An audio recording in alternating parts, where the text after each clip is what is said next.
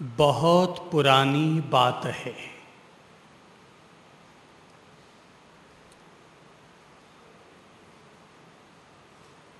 संसार के महान ऋषि मुनियों में एक महान संत हुए हैं जिनका नाम था कपिल मुनि।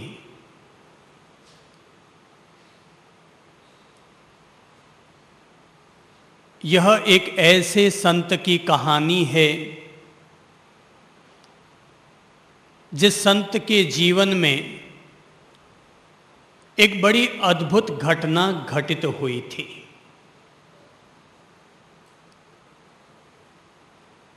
कहते हैं कपिल कौशांबी नगर के राज पुरोहित का पुत्र था, लेकिन बचपन में ही उसके पिता चल बसे।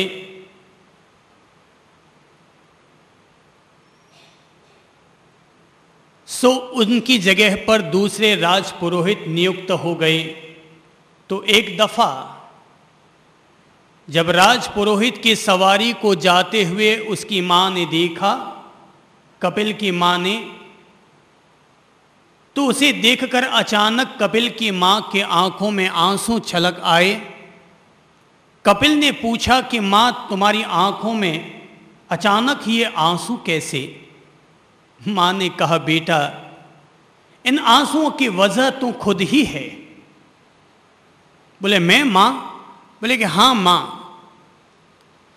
मां ने कहा कि हाँ बेटे, तू ही मेरे इन आंसुओं की वजह है। किसी समय तेरे पिता कौशांबी नगरी के राजपुरोहित हुआ करते थे, राजगुरु हुआ करते थे।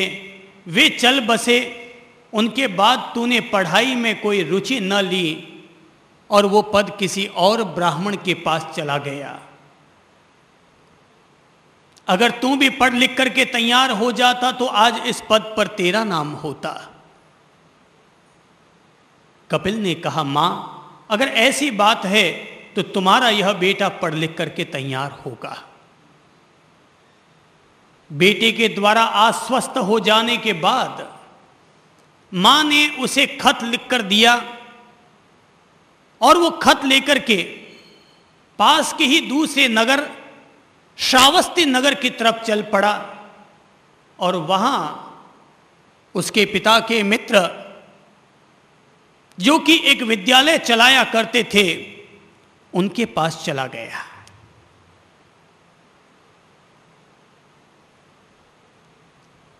कपिल के पिता के मित्र ने कपिल को पढ़ाने की जवाबदारी अपने कंधे पर धारण कर ली।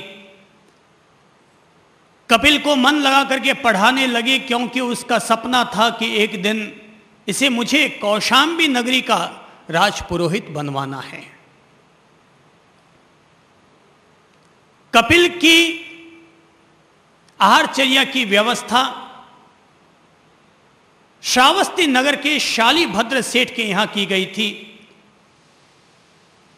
तो शालीभद्र ने एक विद्यार्थी को विद्यादान करवाने के भाव से अपने यहां पर भोजन करवाना कबूल कर लिया और उसे भोजन करवाने की जवाबदारी अपनी ही एक दासी को सौंप दी। कपिल रोजाना भोजन करने के लिए आया करता।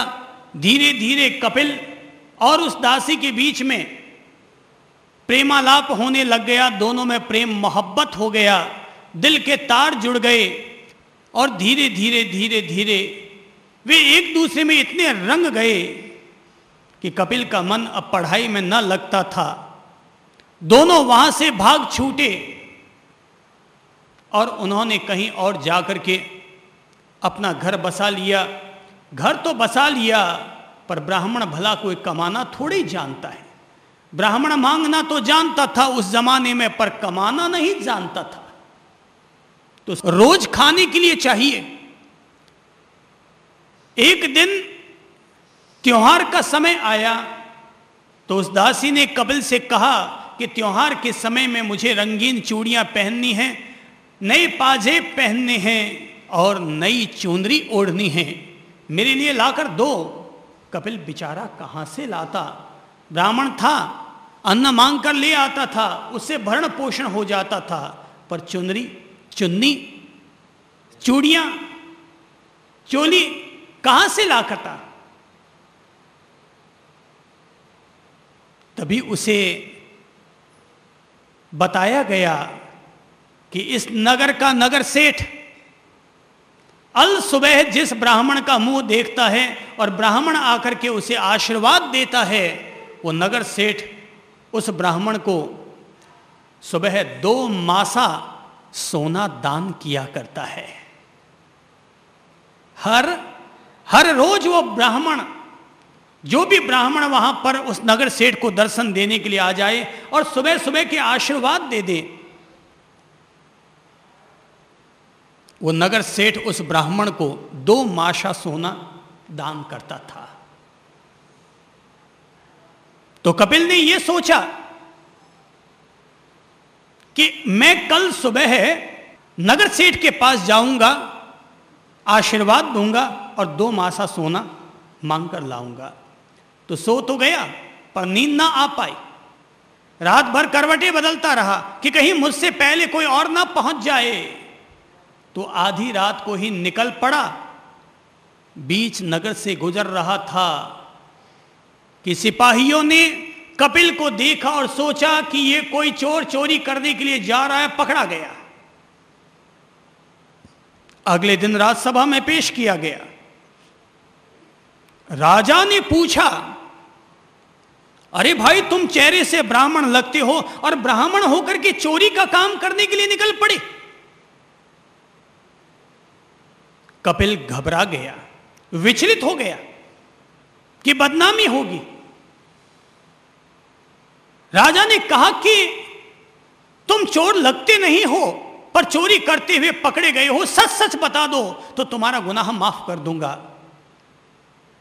कपिल ने सब कुछ सच सच बता दिया कि मैं कौशांबी नगर के राजपुरोहित का बेटा, पिता चल बसे, पढ़ने के लिए श्रावस्ती नगर में आया, लेकिन सेठ की एक दासी के प्रेम में उलझ करके मैं गुरुकुल को छोड़ करके भाग गया।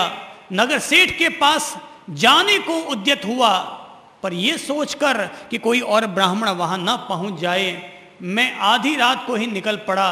सुबह जल्दी पहुंचने के चक्कर में बस यही मेरा सच है कि मैं 2 मासा सोना पाने के लिए घर से निकला था घर से पढ़ने के लिए, दासी के यहां से निकला था 2 मासा सोना पाने के लिए, पर राजा के सामने हथकड़ियां पहने हुए खड़ा हूं। राजा ने कपिल को देखा, उसकी सरलता, उसकी स्पष्टवादिता, उसकी सत्यता से इतना प्रभावित हुआ राजा कि राजा ने कहा, ठीक है कपिल, तुम अगर किसी सेठ के पास जाते तो तुम्हें 2 मासा सोना मिलता, तो ये राजा भी अब तुम्हें यहां से खाली हाथ तो नहीं जाने देगा। अरे भला जब कोई सेठ ब्राह्मण का मुंह देख करके उसको 2 मासा सोना दान करता है, तो ये राजा ब्राह्मण का मुंह देखने के बाद उसको खाली हाथ तो नहीं लौटाएगा। मांगो कपिल, जो तुम्हें मांगना है सो तुम मांग लो। ये राजा तुमको वचन देता है कि जो तुम मांगोगे वही तुम्हें मिल जाएगा। कपिल विचारों में डूब गया,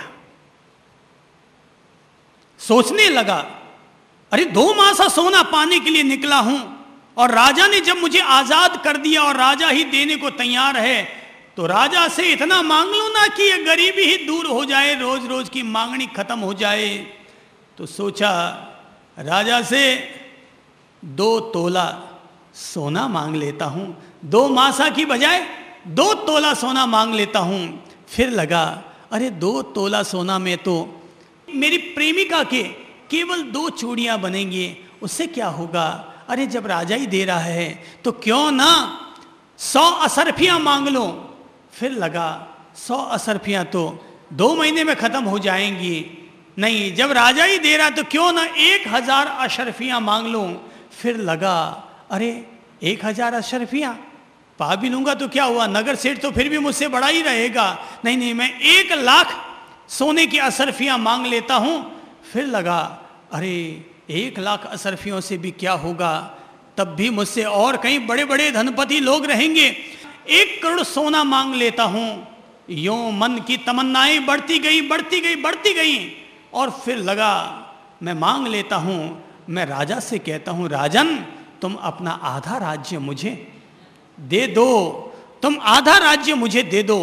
फिर लगा, अरे आधा राज्य ले भी लूंगा तो क्या हुआ, ये राजा फिर भी मेरे सामने बराबर का राजा रहेगा, तो क्यों ना राजा से उसका राज्य ही मांग लूं। कपिल ऐसा कुछ सोच रहा था कि तभी राजा ने कहा, कहो ब्राह्मण क्या मांगना चाहते हो, इतना क्या सोचने लग गई, जो मांगना है सो मांगो। राजा के शब्दों को सुनकर कपिल की धारा फिर बदली। उसे लगा, अरे कपिल ये तो क्या करने लग गया, अरे जो राजा तेरा भरण पोषण करने को तैयार हुआ था, तू उसी राजा से उसका राज्य मांगने को तत्पर हो गया। अरे धिक्कार है तुझे, धिक्कार है तुझे। ये क्या है मन, ये क्या है इच्छा, अरे ये क्या स्थिति बन गई है, मेरे मन की क्या स्थिति बन गई है। और तब कपिल के मन ने जो परिणाम दिया, उसे जो आत्मज्ञान दिया, आज की गाथा वही आत्मज्ञान का प्रकाश लिए हुए है। और तब कपिल के मन में आया, जहां लाहो तहा लोहो, लाहा लोहो पवड्ढई, 2 मास कयम कज्जम कोडिये वीन निठियम। जैसे जैसे लाभ होता है वैसे वैसे लोभ होता है, लाभ से लोभ बढ़ता जाता है। 2 माशा सोने से निष्पन्न होने वाला कार्य करोड़ों स्वर्ण मुद्राओं से भी पूरा नहीं हो सका। राजा ने पूछा, कहो कपिल तुम क्या मांगना चाहते हो, मांग लो। मन ने धारा बदल दी थी, नहीं नहीं मैं किससे क्या मांगने लग गया। इसका मतलब तो यह हुआ कि जैसे जैसे लाभ होता गया वैसे वैसे लोभ भी बढ़ता गया।